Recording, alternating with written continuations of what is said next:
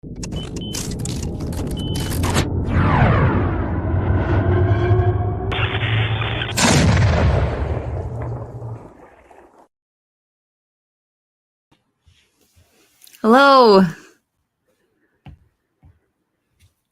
Welcome. I'm Katie Room from Periapsis Press. I see Patrick in the chat. Hi, and Jonathan, and the Anarchist Bible Study. Patrick asks if I'm going to be a Columbus apologist.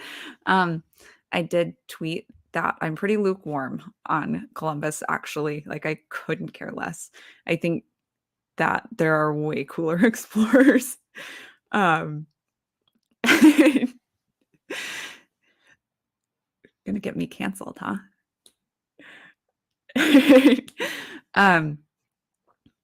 My favorite explorers are definitely Lewis and Clark, just because I think it's way more interesting of a story to travel across the wilderness than the ocean. I think the ocean's kind of boring. I mean, I get the draw of seafaring adventure and stuff, but it's like a closed system, right? Like there's no like, unless you meet with another ship or meet land, or you're in a fantasy story and can meet sea monsters,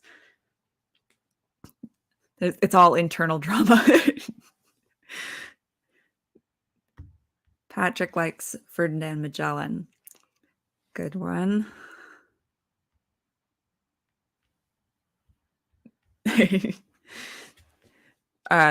Josh points out that Columbus was a little bit of a jerk, and that may be. I just thought it would be interesting to talk a little bit about Columbus Day. I posted a meme yesterday. Thank you to Patrick for helping me mock that up, because that's a talent I do not possess. I got way more interactions than I expected, and just in case any new people wander into my YouTube, just to kind of give a context for like what I think about sci-fi and fantasy, and the indie angle on that, and how they contribute to and interact with the culture war, I think is interesting. So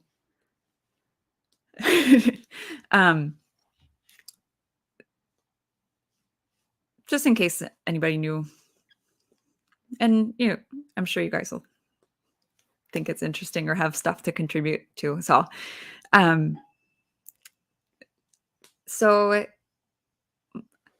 I should put this down because I'm fidgeting with it and it's going to make clicking sounds.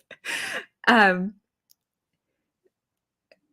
think that some of the things that we see, some of the reactions against Columbus Day, are the same sorts of reactions that we've seen drive some of the trends in traditionally published books, in particular sci-fi and fantasy. The biggest one being this emphasis on the idea that the Columbus we know is a myth, that the things that he did have been misrepresented somehow to us in school and stuff, I guess. I thought that I came away from school with a fairly balanced idea about what explorers did and how that impacted Indigenous peoples. But I guess it wasn't enough of a condemnation that I felt guilty for being the color that I am. and that needed to change. um, so the main objection that the internet seems to have to Columbus is that the way that he is celebrated promotes a um, fictionalized and sanitized white history, um, that somehow we have overlooked on purpose, uh, the the violence that followed the clash of two very different groups of people, um, and that we're painting ourselves, and the emphasis is that we are, as people who share the same race as him, the same skin color as him, are doing it on purpose to make ourselves look good in the modern age. Um, and I just don't think that that is accurate. Um, I,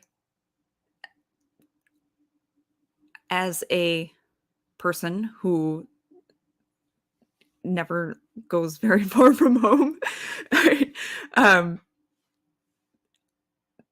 I shouldn't say never, but I, I am a homebody. I have a great sense of admiration for people who who left everything that they knew and went where there weren't maps, So the the idea that there is a myth and that myth is a problem is part of the same sort of attitude that people bring to sci-fi and fantasy, that anything that isn't what the criticizer views as realistic is a point against it somehow. Um, that celebrating values and character traits and um, things like faith and bravery, um, that celebrating those somehow uh, makes it the entire thing a positive. Hmm, I'm trying to figure out how to say this. That celebrating good aspects of something means that we're celebrating the entirety of and all details, regardless of how negative they were. Um, yes, I would live in a hole. And that is to say a hobbit hole, not a nasty wet hole. I am definitely a non-explorer. I like the idea of exploring. Maybe the idea of going out and exploring and coming home to my own bed. um, I enjoyed a lot as a kid going out with my dad in the Boundary Waters. We canoed and camped, as far away from civilization as you really can get around here. And that was really cool. But when you're a kid and you're with your dad, it doesn't feel like you've left civilization. You feel safe. So I feel like that's a difference. Um, Back to Columbus. One of the big things that I think I've said one of the big things like 3 times now. Um, another aspect of the attack against Columbus Day that we see um, we see a reaction against in the indie scene is the idea that there are no heroes. We shouldn't celebrate Columbus Day because he wasn't a good guy, is the argument. Um, and they trot out all of these quotes and things that he did, and um, he was rude. Was he was barbaric. He contributed to slavery. He set off genocides, stuff like that. All to degrade his character, which it's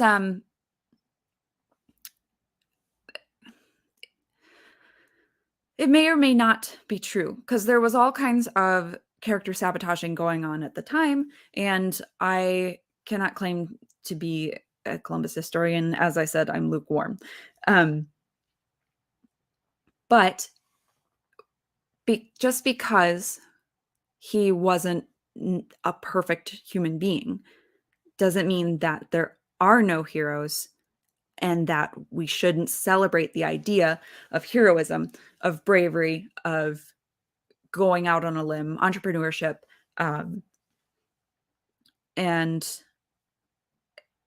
doing something bigger than yourself. Those kinds of things have sort of been lost. A lot of sci-fi and fantasy is nihilistic. It's there are no heroes, or the heroes are bad people. So we're seeing the same sorts of worldviews surface in fiction as we are in the public sphere, in the arguments about the sorts of things that we celebrate as a country. And then some of the original objections to Columbus Day as a holiday stemmed from its origins in Catholicism and his faith, which is an interesting aspect. You don't see it quite so much anymore, mostly because the argument that the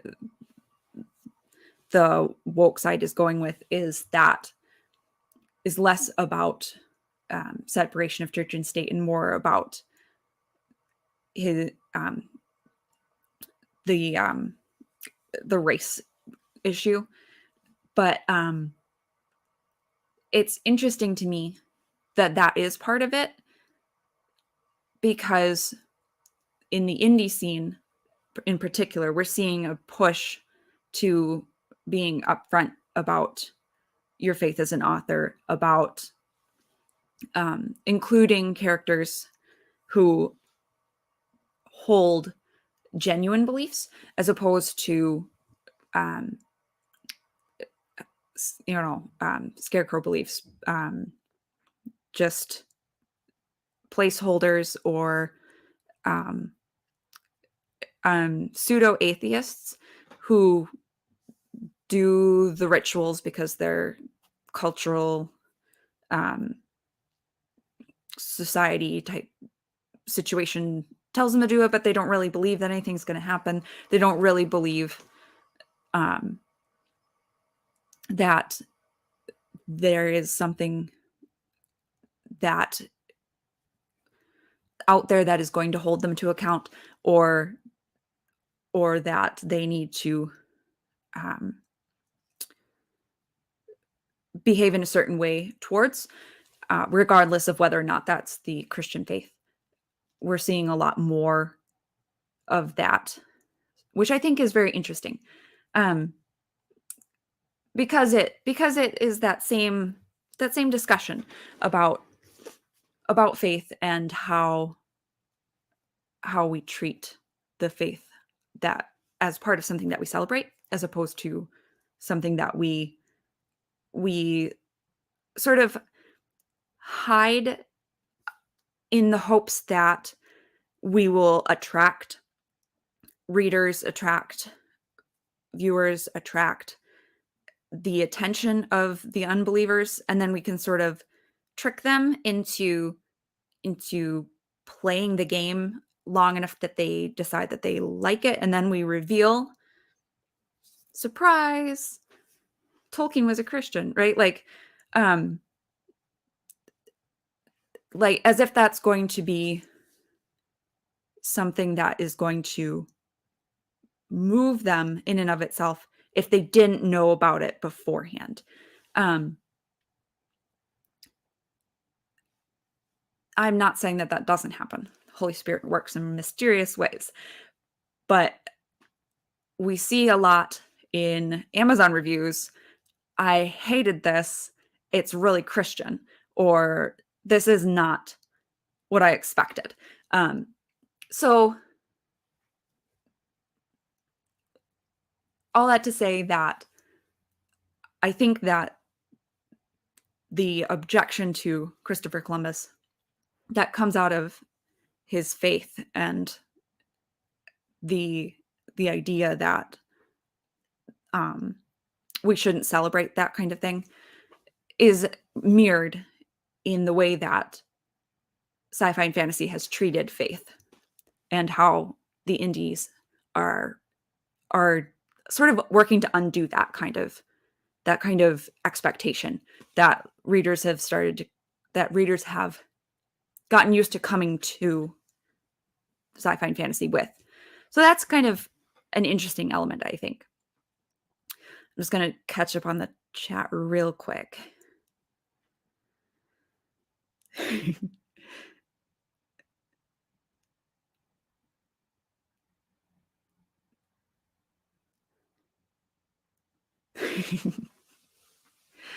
Oh, I use scarecrow beliefs. I that's not the phrase. What was I meaning?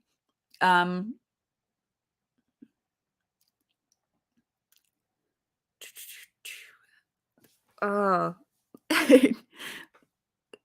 when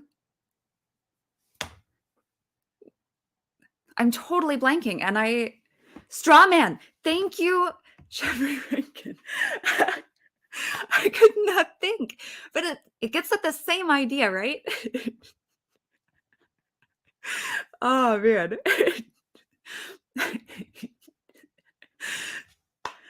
Oh, that's awful. That's really bad. um, Sort of going along with the idea that there are no heroes is the idea that there are no villains. Christopher Columbus did bad stuff. The Crusaders, I'm sure, everybody who came to the New World with greater power, and whether that was firepower or like more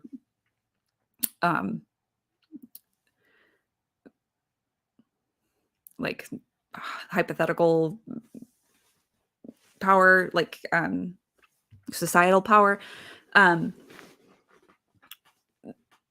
sure there were things that occurred that would be of dubious ethical and moral implications. That kind of thing happens when there are power differences. Like, I'm not arguing that that didn't happen. But the idea that the people who lived here and the word is indigenous, but Columbus obviously used words like savages, and those are no words now. but he was coming at them from the perspective of someone who lived in a high trust society, and they did not live in a high trust society. um,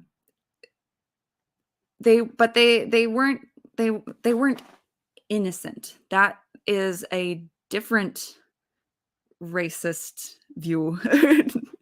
They were people, and it doesn't make sense to characterize them as only victims. There were victims, I'm sure. I'm not saying that there weren't. I don't know that, because I'm not like a historian or whatever. I don't know, and I wasn't there. I don't know the things that Columbus did, but I do know that there weren't just victims. There were warring tribes. There were people who did human sacrifice and all of that, right? Like there's not, my point being that the way that people who would like to replace Columbus Day typically characterize the interaction is that Columbus and the white people, bad, the indigenous people, victims who didn't do bad things.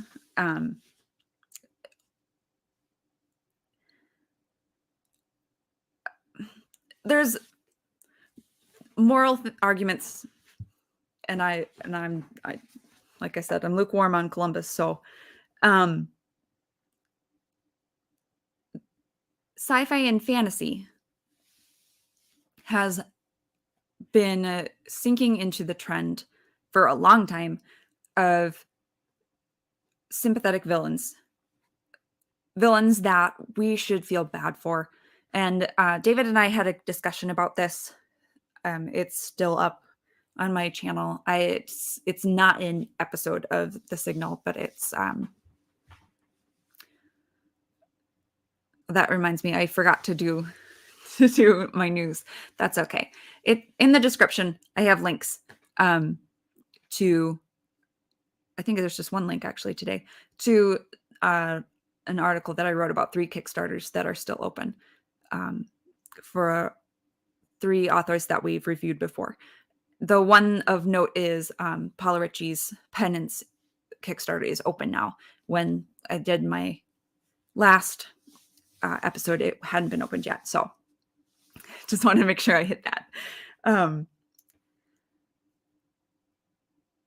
Yeah, the video that I'm talking about that I did with David was a discussion that it was sort of separate.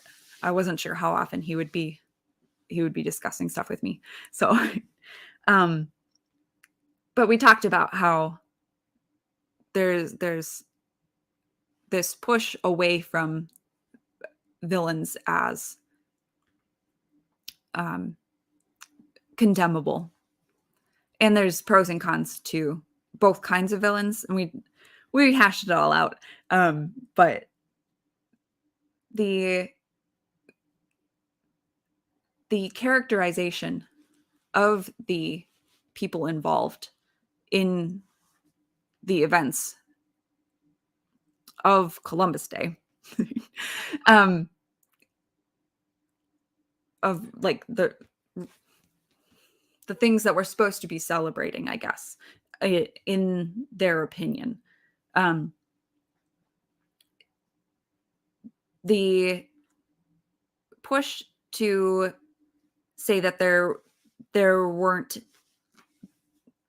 that there's no hero in Columbus and there's no villain in the indigenous people. Not that they're flipped, but that Columbus is a villain, and so we shouldn't celebrate anything that has to do with him. And instead, we need to celebrate victims. not people who fought back against injustice or who did anything, there's no quality or trait that we're celebrating. But we're saying as a nation in like the Indigenous Peoples Day, um, we need to atone for something, um, instead of any positive um, universal trait like bravery, um, or um, I, I hesitate to use the word exploration, although I think that is a noble ideal. I don't know that that's a virtue necessarily, um, but those, you know what I mean, as far as actual things to celebrate, um, instead of the founding of our nation, the sense of discovery and wonder and possibility, those things that were sort of um, summed up in Columbus Day. Instead, we're throwing all of that out, trashing the whole heap because he was not a hero. And instead, we're going to celebrate people who were put out, victims of this villain, instead of saying that there are heroic traits and there are villainous traits. It's just victims. um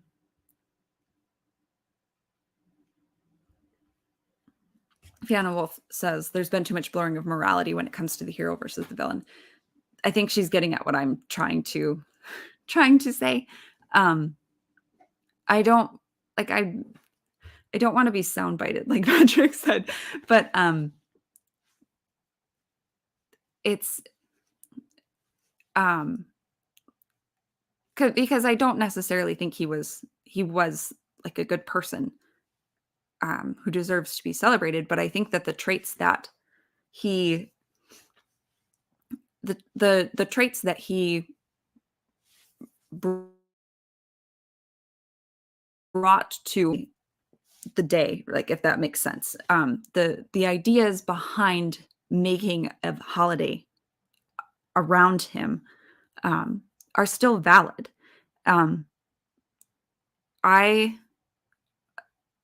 I would be way, like I said, I'm lukewarm on Columbus. I would way prefer a day celebrating the exploration of the New World of America, where we encourage talking about explorers and all of those traits that we that and those ideals that we associate with them. But that's not good enough, um, because Columbus is so easy for them to say, well, he's a bad guy, right? Um, that they can just throw all of that out with it, paint all of exploration with the same broad brush. um,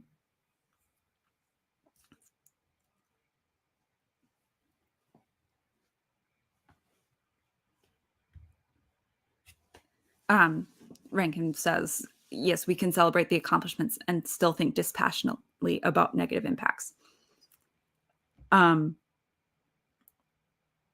agree. I think you're hitting on what I'm trying to say.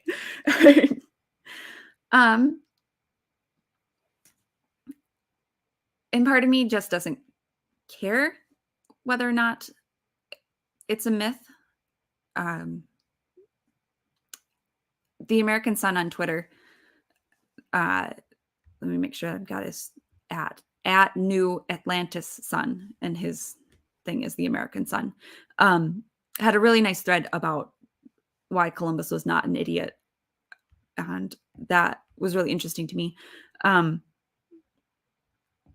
But at the end of the day, when I am celebrating Columbus Day, I'm not celebrating Columbus so much as those traits, that those like and ideals that he embodied. For me as a child, I think, I really admired the idea of explorers, and I still do. We um,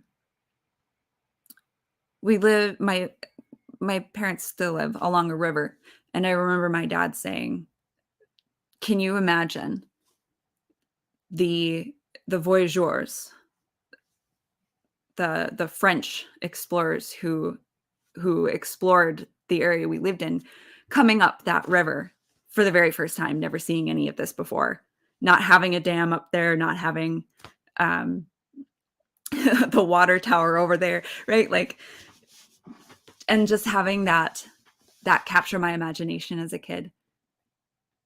And that is what I feel like is being attacked. That passion, that wonder and excitement in the natural world. When people talk about doing away with Columbus Day, the same sorts of things that are under attack in sci-fi and fantasy, the fun, right? We can't just have cool settings and cool characters and capture the feeling of wonder in everyday things, or the hope in things that are not quite reality here, but we wish could be, that kind of stuff. I don't know how well I've communicated here, but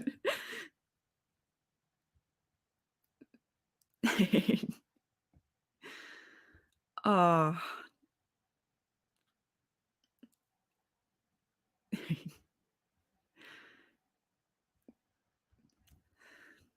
thank you. I appreciate it.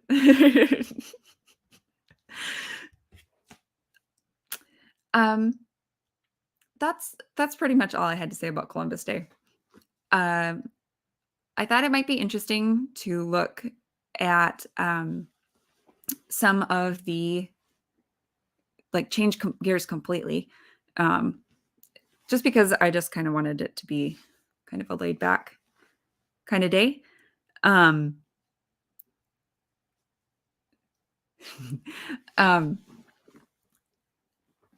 A little while ago, there was that trend, kind of a meme, like a text meme. There wasn't an image that went with it, of science fiction is one, fantasy is one.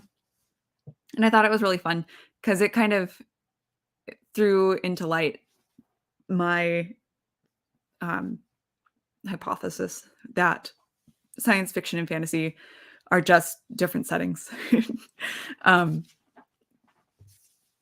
Because the way that people juxtapose them just was humorous and fun. And I thought you guys might enjoy reading some with me.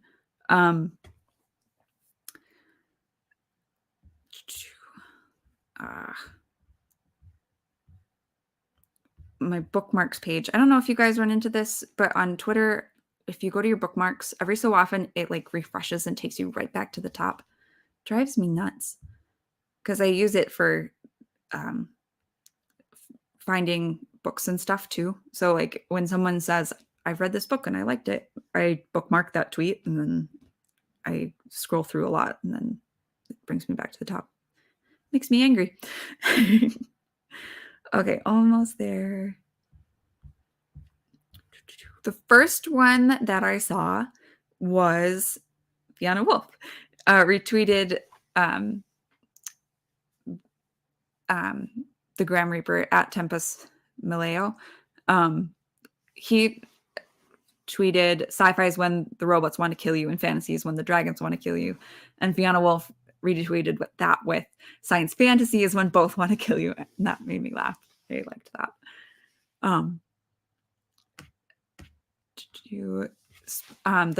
At the Free Narnian did, "Fantasy is when you have a sword that glows. Sci-fi is when you have a sword that glows."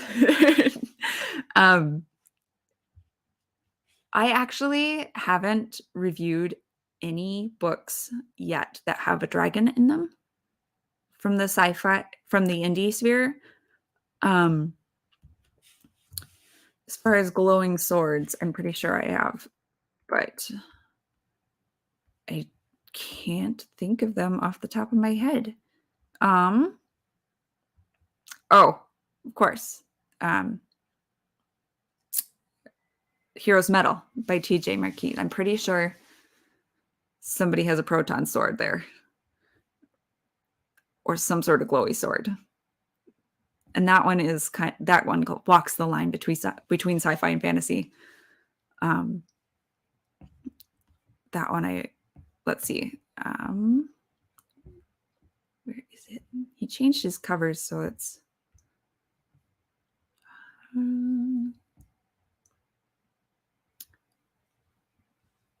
yeah.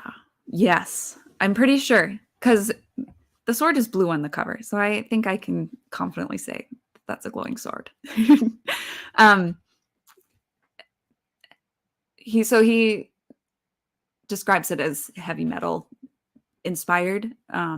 We've got like the epic battles and very action driven. Yeah. Oh, I love like remembering about books that you read ages ago. And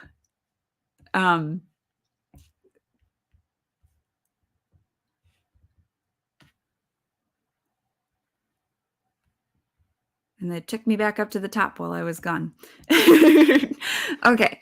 But I think that was all of my mutuals that I had bookmarked. So now I'm just going to be going through some fun ones that I saw just in general. Fantasy is when you have a journal. Sci-fi is when you have a log. Who had a log? Oh, was it A Greater Duty?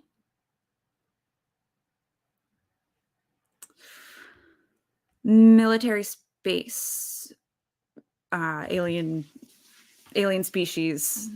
There aren't any humans in that one. That one's really good. I think that one has a log. If it doesn't have a log, it's got like a sci-fi sort of mental, recording mentally to a sort of record. I don't know if it actually addresses it, is why I hesitate to call it a log.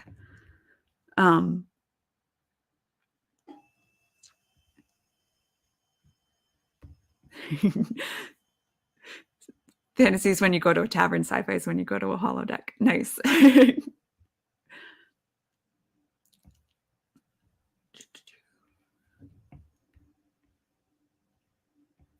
I liked this one a lot. Fantasy is when the book is called A Bone of Bone and Bone.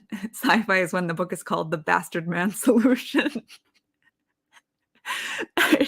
That bone of bone really hits that that rhythm, like Song of Ice and Fire, that kind of stuff,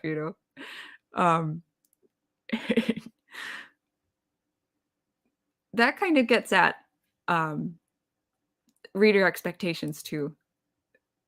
You, um, I I really think that the main difference between sci-fi and fantasy is the setting, but um, there are different reader groups that those settings appeal to, and they have different expectations um, about what the book will look like. So that is it made me laugh. um, Fantasy is when you call a year a winter. Sci-fi is when you call a year a cycle. Um, it's fantasy when the hero is destined to wield magic powers as a member of an old family of mighty wizards. It's sci-fi when the protagonist is biologically determined to possess psychic abilities as an inheritor of a potent mutant gene. I like that. um, Actually reminded me of she's the no made in his image. That one is the Sexy Space Adventure by Jeff Stoner. Um, she is she's like she's a big woman, like giant and not like fat.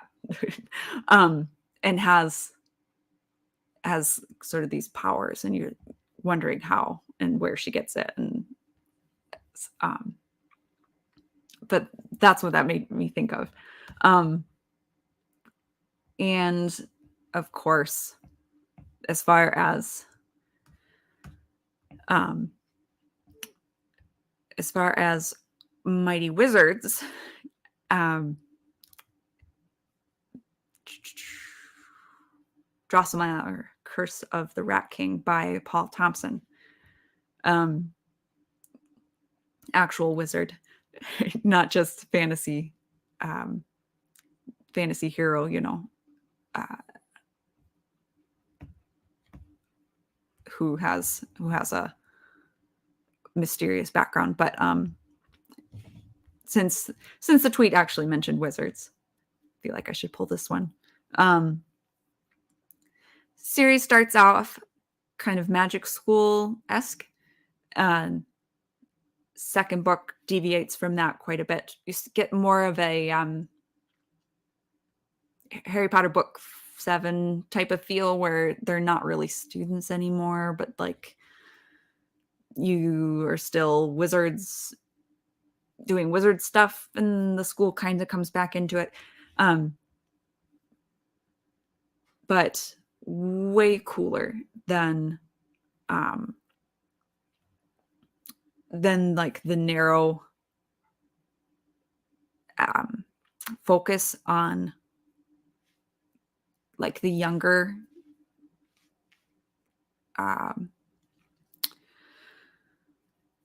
sphere of influence, like I like Harry Potter a lot, so I'm not throwing shade at Harry Potter, but there is a range of age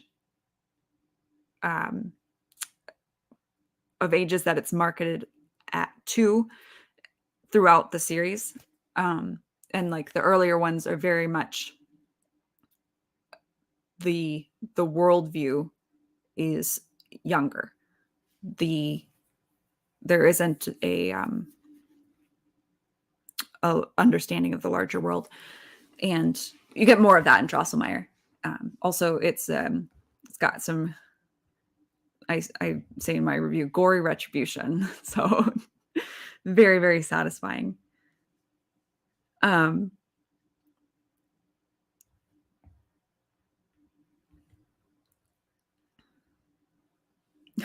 Fantasy is when I say this seems better than real life. Sci-fi is when I say this also seems better than real life.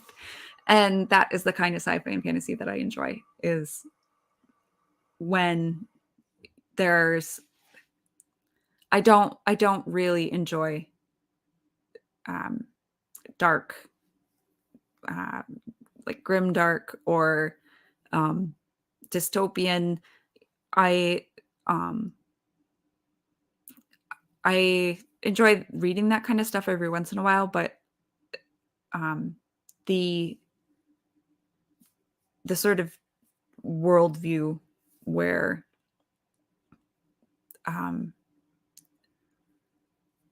like I said, there's no heroes, there's no villains. That doesn't appeal to me. I like my stories to have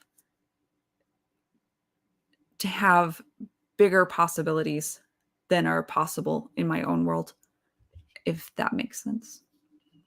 Um, Sci-fi is when the book is 500 pages long and part of a trilogy. Fantasy is when the book is 1,400 pages long and part of a 30-volume series. That is another thing that gets at that reader expectation. Sci-fi, I actually would say tends to be shorter even than 500 pages, like much shorter. There's a lot more short stories, novellas, 40,000 words, not so much of the 500 pages type of stories with sci-fi. The readership tends to like punchier, uh, bite-sized type stories. A Greater Duty is probably, and what is the series called? Galaxy Ascendant. That's by Yakov Merkin. Is probably one of the exceptions to that, because I think there's several in the series. Just double check that real quick. Yeah, 7.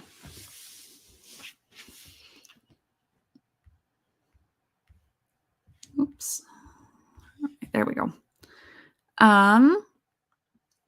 Fantasy is when the technology the characters use is magic, and sci-fi is when the magic the characters use is technology. I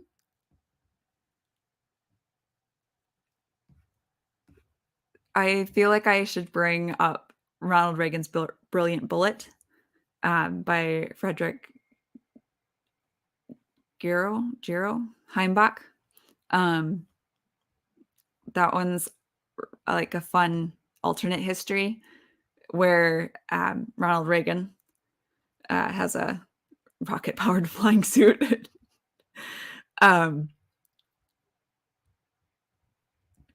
What else do I have here that's good for technology and magic?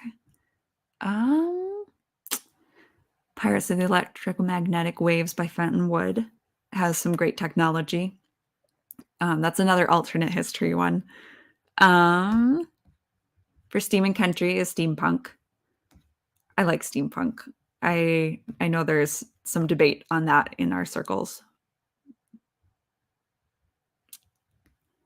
Light into Another World has light magic, and I don't know everywhere that the series goes because I haven't read all of them. But I know that the actual science of light plays in a little bit more as the series progresses. So I think that's kind of fun. Superhero stories, of course. I've got Heroes Fall by Morgan Newquist. And of course, Penance by Paula Ritchie. Those are both good ones. And the line between sci-fi powers and like fantasy magic is really thin with superheroes.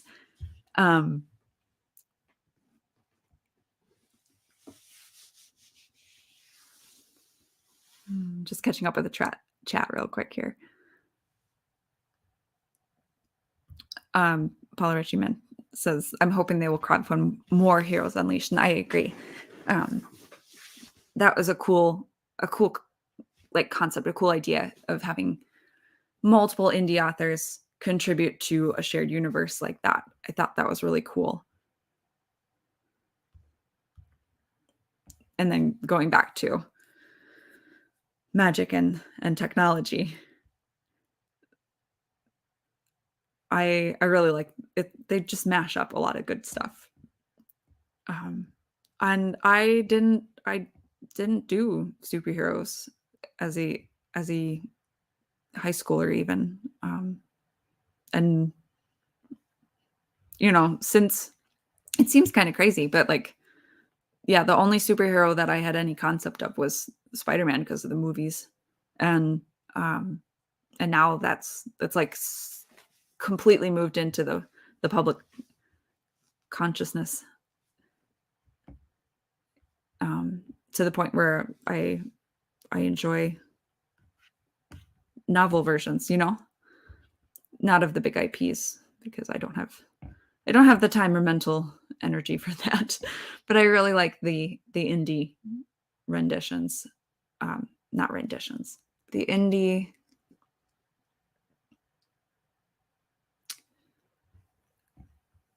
takes on superhero powers and how that would impact life and society. So I think that's what I mean. I don't need that anymore. I'll close that tab.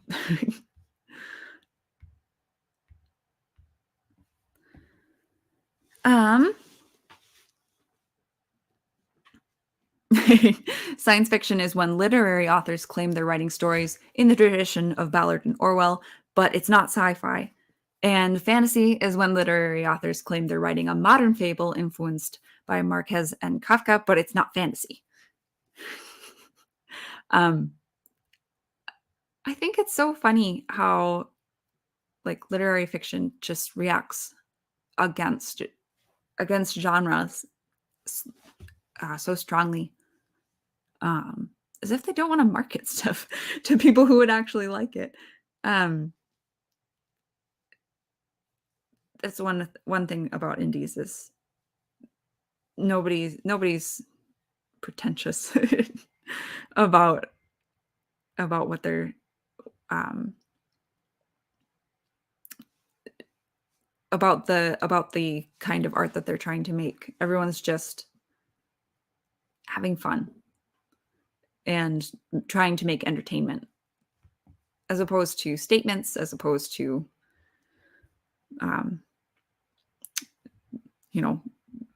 everybody would like to be literary greatness, of course, but I feel like there's less, not a lot of snobs, as Jeffrey Rankin says.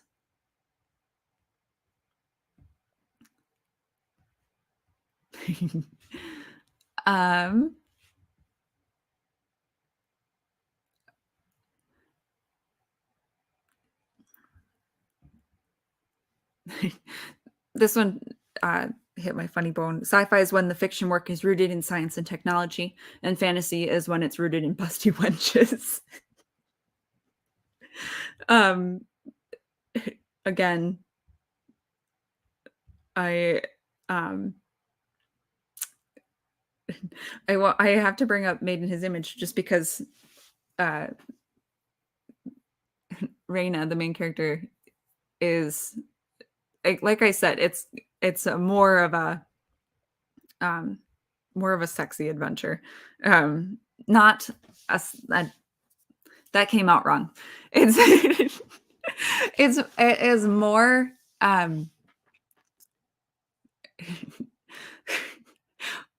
what have I done? I've walked myself into a corner. It's an exciting blend of space sci-fi adventure, and there is a busty wench in it, if that makes sense. But it's also hard sci-fi, which is why I bring it up now. It has a lot of science and technology sort of feel to it.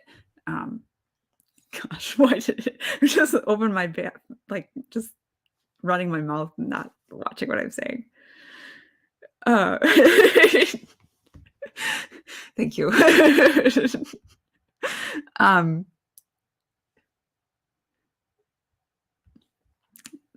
Sci-fi is when prophecies come from nowhere and people believe in them. Fantasy is when prophecies come from nowhere and people believe in them. I think that's one of the fun elements of sci-fi and fantasy, is that there is a thinner veil between what people can believe in a sort of hypothetical sense, and like the reality of it, if that makes sense. Like we know in our own world that the supernatural tends to be a little harder to like to pin down, in if that makes sense. And that's why we get ghost stories and angel stories and all of that. But when it's in a sci-fi fantasy story, you can just suspend your disbelief and be like, yeah, there's a prophecy, and yeah, obviously it's going to come true, that kind of thing.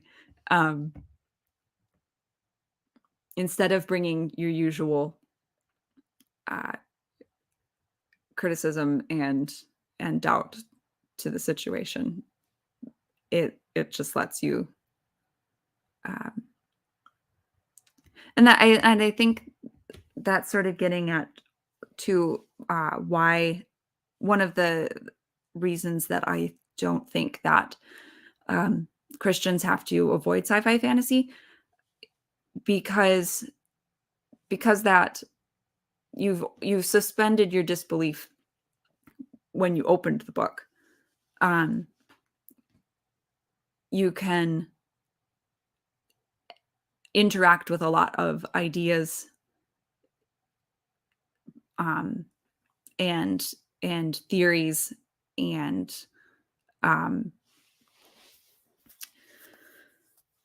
concepts that are sort of unplugged from their like the reality, like the real theological implications of stuff. That's why I don't mind like Gnosticism slips in a lot to sci-fi fantasy, because lesser gods is kind of a fun, cool like idea. It creates a lot of intrigue and different power levels sort of that don't exist in our own world, that kind of stuff. I don't mind that kind of thing, because I feel like you've checked those beliefs at the door, and you can just have fun, and then when you leave the story, you return to the truths of your faith, but you can pull useful concepts and images and ideas from the story as well, if that makes sense. Yes. Okay. Patrick's helping me out here. An internal critique and seeing if the other worldview is consistent. That kind of thing. That makes sense. Fiona Wolf says, sci-fi is when the cosmic horror floats your way in the void of space. Fantasy is when the cosmic horror is summoned from a forbidden tome. Who was it on Twitter who was saying, just don't touch the creepy book?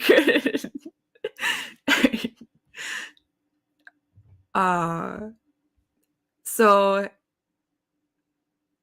speaking of cosmic horror, I've reviewed Let Sleeping Gods Lie. That's a weird Western fantasy. And I believe there's a creepy book in it.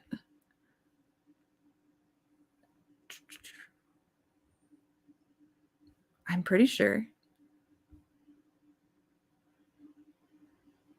I didn't note anything about it in my review, but I'm almost positive there is a creepy book in that one. That one is by David J. West.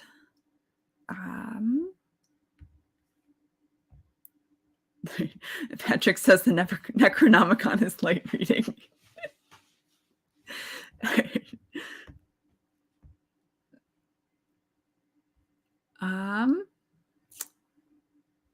Trying to think if I've done any other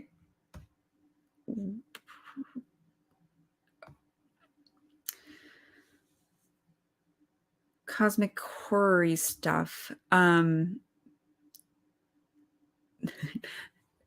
Rankin's Invocations of the Submortal. I have to bring that one up because that is weird fiction, and he's in the chat. Um, Small town horror.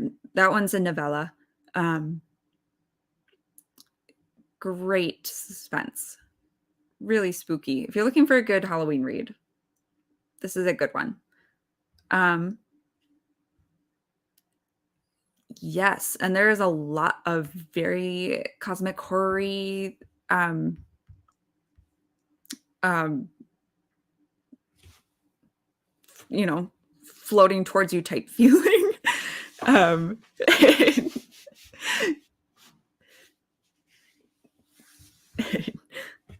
Patrick, if you unleash a demonic hellverse on us, our friendship is over.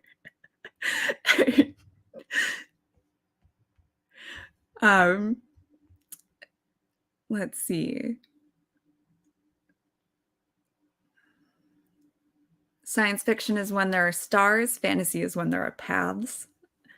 That was in response to something about Starfinder and Pathfinder, but I thought that was kind of a cute one. Um, I actually have on my website just a tag that's just space, because I wasn't sure how to lump stories together that were set in space as opposed to sci-fi just in general. You think, oh, if it's sci-fi, then it's set in space. But like I've reviewed so much stuff that's sci-fi that's not set in space. um, like I didn't put Jiaotu's Endeavor in the space category. It happened. It's a sword and planet adventure, and it happens on a spaceship. But it's it's not like a it's like a oh, what's the word, arc ship. So it's got like a like a planety feel, if that makes sense. And I didn't put um The Last Ancestor in the space category because that one is sword and planet as well, right? Like the idea that they're on a planet with the emphasis on technology and they traveled through space. Like all the big difference is the setting, right? Like they are, as far as you can tell, in sort of a fantasy world. But the rhetoric around it, the world building around it is space, post space age, whether or not they carry swords, if that makes sense. But I put like a greater duty in there, and I put in the space category, and I put abort and Uriel's Revenge in those in that category. If that makes sense. I just didn't know what else to call it.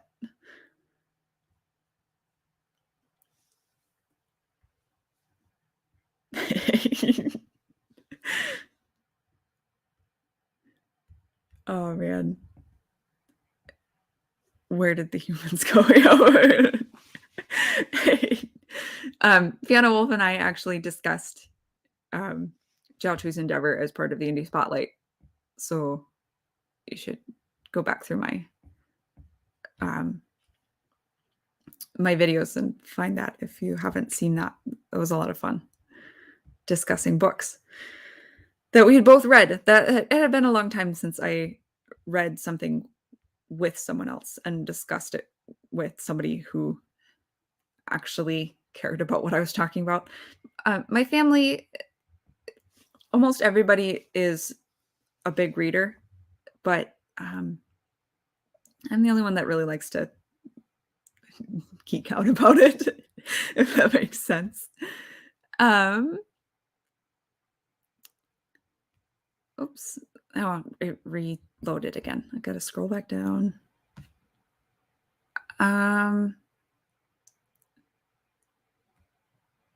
Science fiction is when Dracula's on a spaceship. Fantasy is when he's an elf.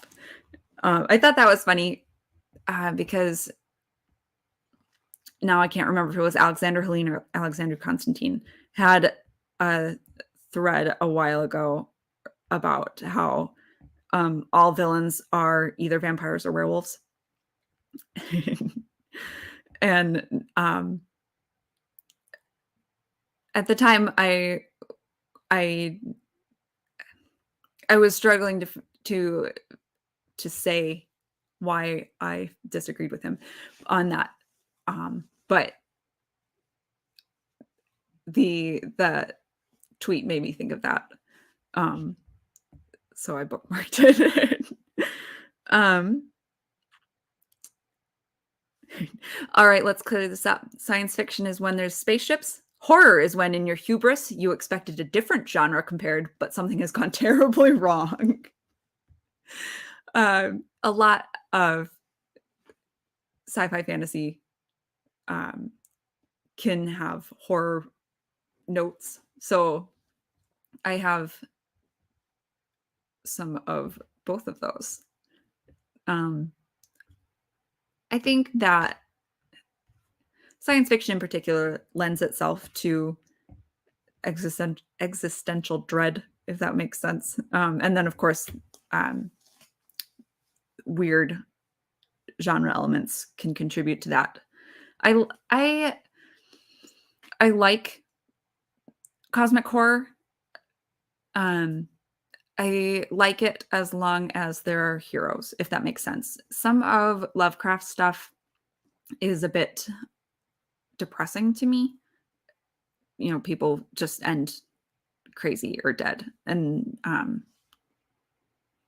there's a sense of foreboding that things are going to go even more wrong than they have. I like Invocations of the Submortal or the Dunwich Horror, to go back to Lovecraft, where you have people fight back and triumph. And that's just a personal preference. Somebody, Matthew Punjator, is that how you say his name? I've probably murdered it because that's I can't pronounce names clearly, as you guys all know. He did a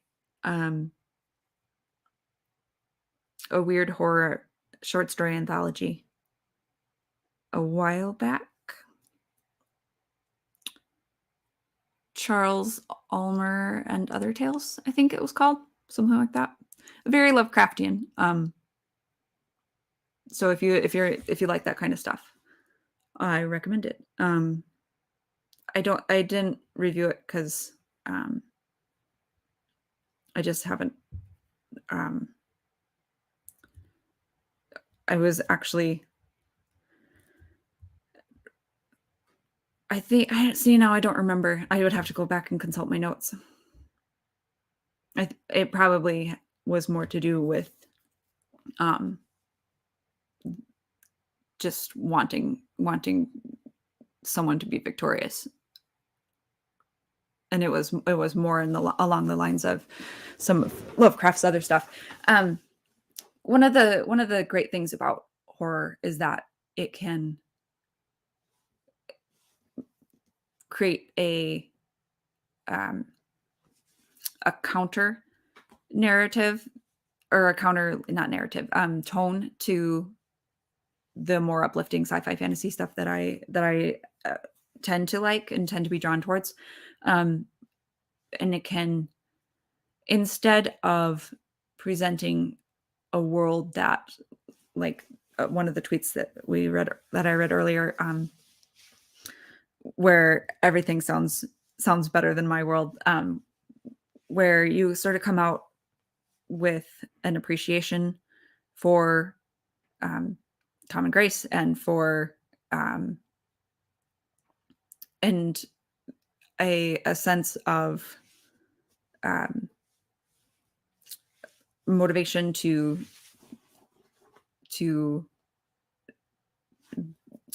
be a doer yourself. So there's those elements, and there's definitely a place for less less active and more chilling um, tales. Active, less active, less not. Now I'm confused about what I was trying to say. um,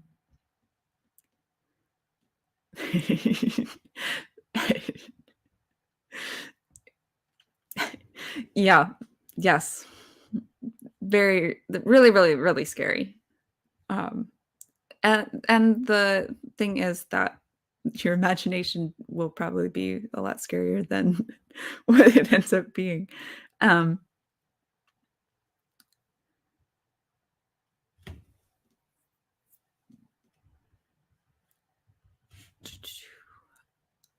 um,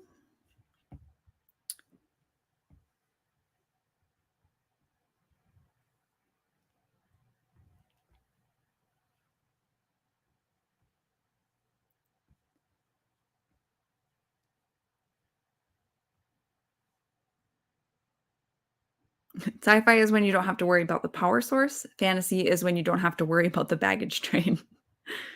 Um, I definitely a lot of sci-fi skips over how things are powered. Um, I think I think Uriel's Revenge probably has a little bit, but it's still I think it's still pretty vague. Um, and now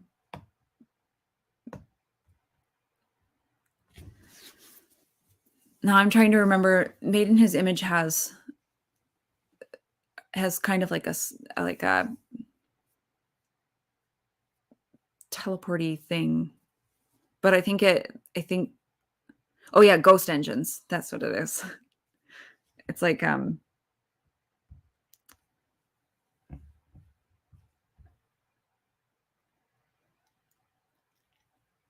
yeah, not ghost, spooky engines. Um, Jeff Stoner did a really nice job in that, doing the technology and like the space stuff had its own terms and they started out kind of um like you know how sci-fi like jams in weird terms just to sound technologically advanced or whatever, and that sort of like at first it sounded like that, but then like he kept using them consistently, and like things got you became more familiar with what those terms referred to and how they worked kind of progressively. um and then you just you sort of felt like you actually got familiar with the world instead of it just being kind of a um like just words with a lot of um like without any like foundation in the reality of the story, if that makes sense. The powers of the uplift protocol are fueled by divine three-ring shenanigans. Patrick says Uriel's Revenge is powered by Apple. um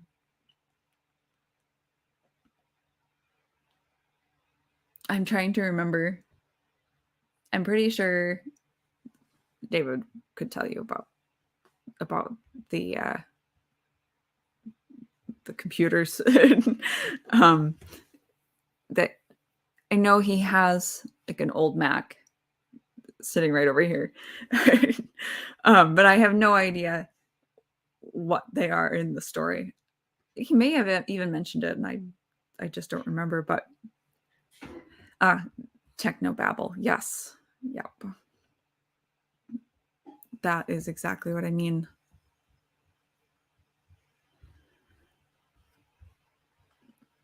When there's long pauses like that, it's because I'm scrolling back down because it took me back to the top again.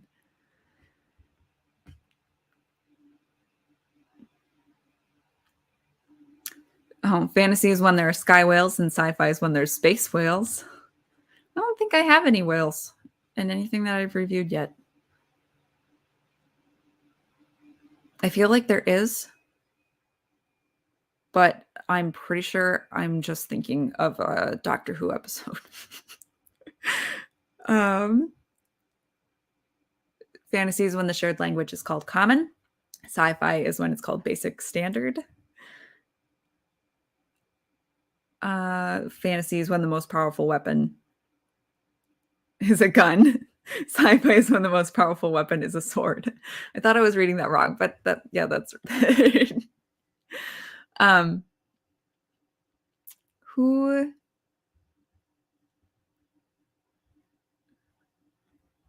I feel like there's somebody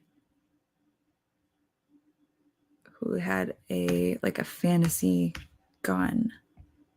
There's of course Enarlo Point's Gun Magus. Am I pronouncing that wrong? Is it Magus? I don't even care right now. I'm tired. Now, Saga of the Swordbreaker actually has a swordbreaker, which is fun, as opposed to a sword or a gun. That's by Kitsunche. I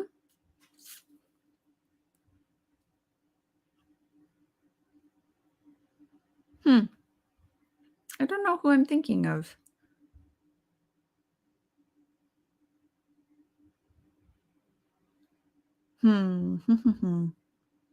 Yeah, it seems like looking over my stuff, pretty much fantasy has swords.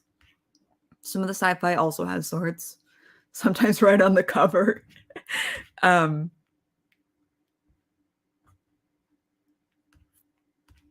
I don't think any of the fantasy other than LaPointe's has guns. Could be wrong.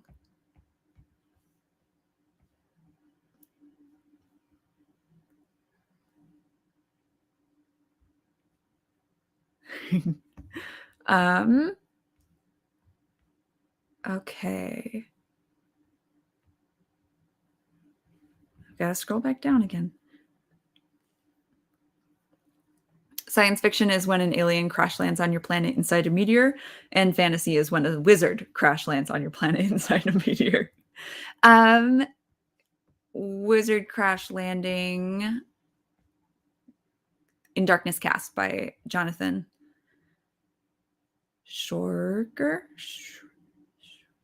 I want to say oi, but I'm pretty sure that's wrong. Shuerger. He was in the chat earlier. That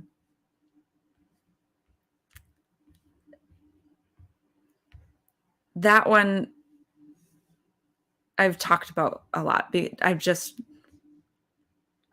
the characters in that I feel are unique and well done. In that one, the wizard is actually an evil sorcerer who ends up working alongside the heroic warrior. So that juxtaposition is why it sticks out as very unique in my mind. And I have referenced it a lot because we've talked about heroes and villains, and we've talked about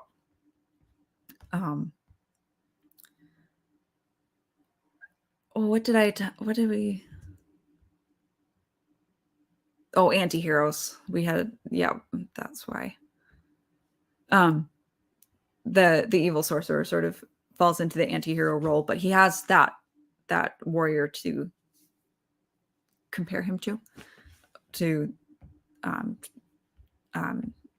talk alongside, if that makes sense. Makes a more comprehensive statement on heroism, and it's especially applicable in the modern sci-fi fantasy climate. So that's why I keep pulling that when I talk about heroes and villains and anti-heroes and stuff.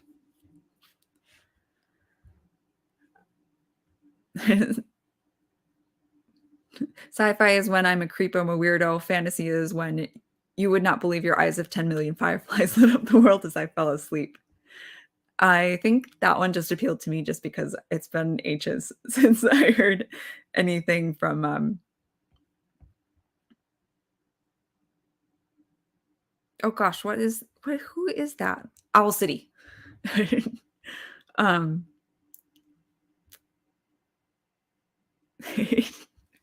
here's a good pun. Sci-fi is when you're the sole survivor of your home planet. Fantasy is when you're the sole survivor of your Hamlet. Very nice. Very nice.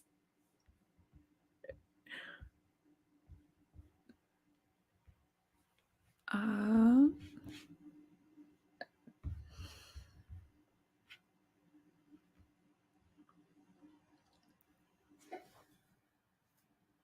oh, fantasy is when the cats have magic powers, and sci-fi is when the cats are humanoid.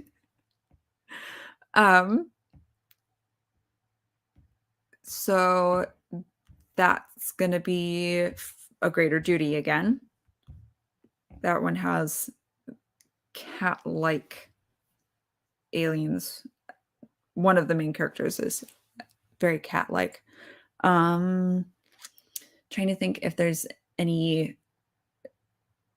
cats with powers on the fantasy side of things. Um, I feel like there's got to be something in like Rachel Griffin, but I don't remember.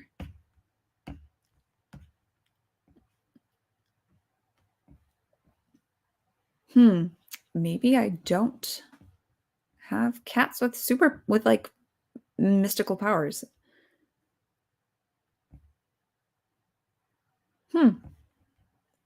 Speak up if you think of one.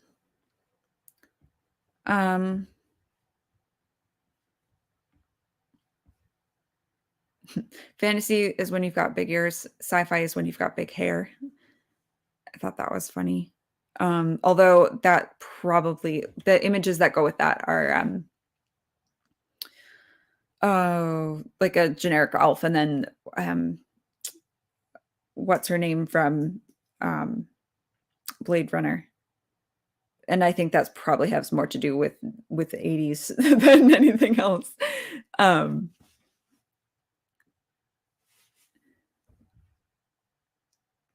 Oh, I think I've reached the end of the stuff that I had bookmarked. Oh, this was fun. Thank you guys for just letting me read tweets. Nice. Sci-fi has wormholes, whereas fantasy has teleportation spells. We got to get places. We can't walk to Mordor, guys. That would be ridiculous. Plus space is really big. That creates problems if you have any kind of science in your science fiction.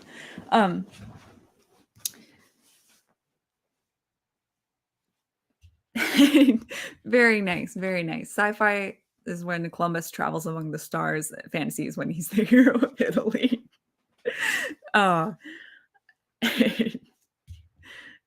I've really enjoyed talking tonight.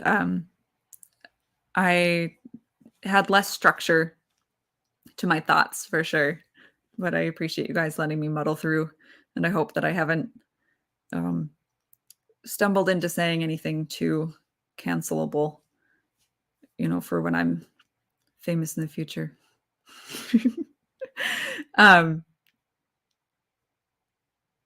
I really like science fiction and fantasy, and I want to see the indies that are doing better and more interesting things with the genres promoted and put forward as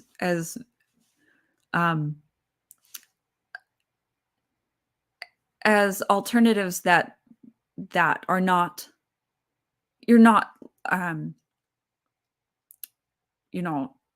having to drop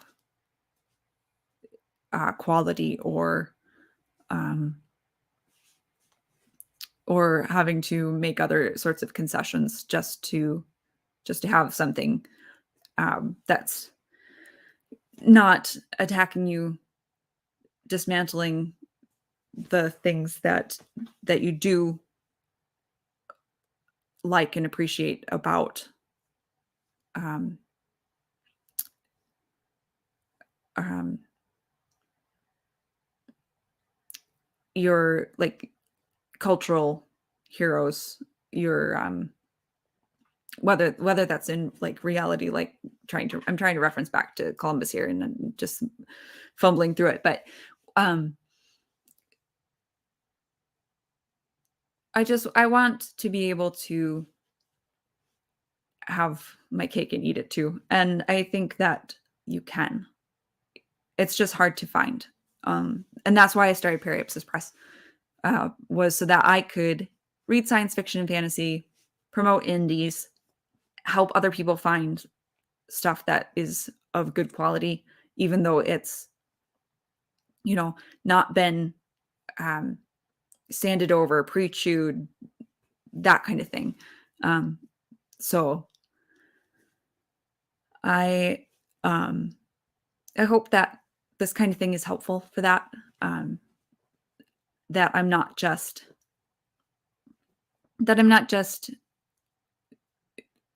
creating more content for people to consume, but that I'm doing something productive and helpful that is going to allow people to come away edified as opposed to entertained. I'd like you guys to be entertained too, but I just don't want to be adding to the noise in the same way that complaining and producing content just to put something out, and Patrick has reminded me about Kickstarters. Again, link in the description to a Periapsis Press news article about 3 ongoing Kickstarters that you should definitely check out. There's one by Alexander Helene, one by Robert Cruzy, and one by Paula Ritchie, and they're all open right now. And I've reviewed books by all of them. The one by Alexander Helene is the third and final book in the trilogy. I've reviewed the first one of, and a new edition of the book that I reviewed, Penance. And Robert Cruzy's is just a completely new and different series that he's starting. But I've reviewed stuff from him before, and I think he is a good author, so I'm comfortable recommending him. And I believe Declan Finn's book, I don't have a link for this. I suppose I could put one in at a later time after the stream ends. I believe Declan Finn's final book in his St. Tommy series is open for pre-order.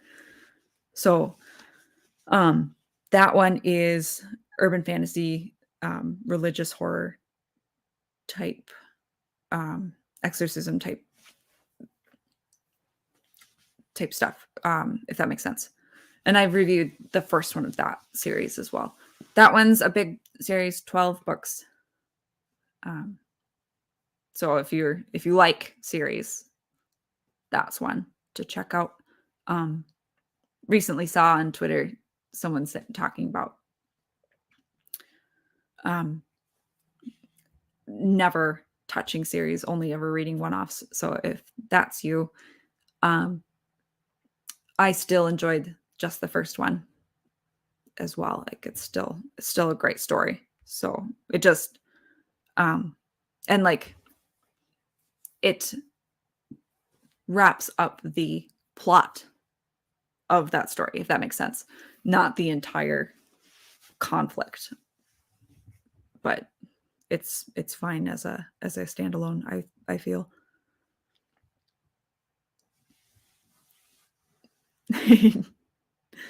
Just catching up on the chat. Sorry, guys.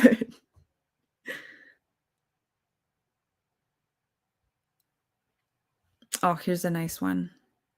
Fantasy is when you have a guardian spirit who will stand alongside you until death. Sci-fi is when you're bonded to symbiote. Both scenarios can happen to Columbus and other people. Oh, thank you guys so much for playing along and for supplying your own and going through these with me. I had a lot of fun using you guys as a soundboard and sort of just like browsing together almost. You guys have a great night, and I hope you guys have a great week. And check out periapsispress.com if you are looking for reviews of indie sci-fi and fantasy. Thank you so much.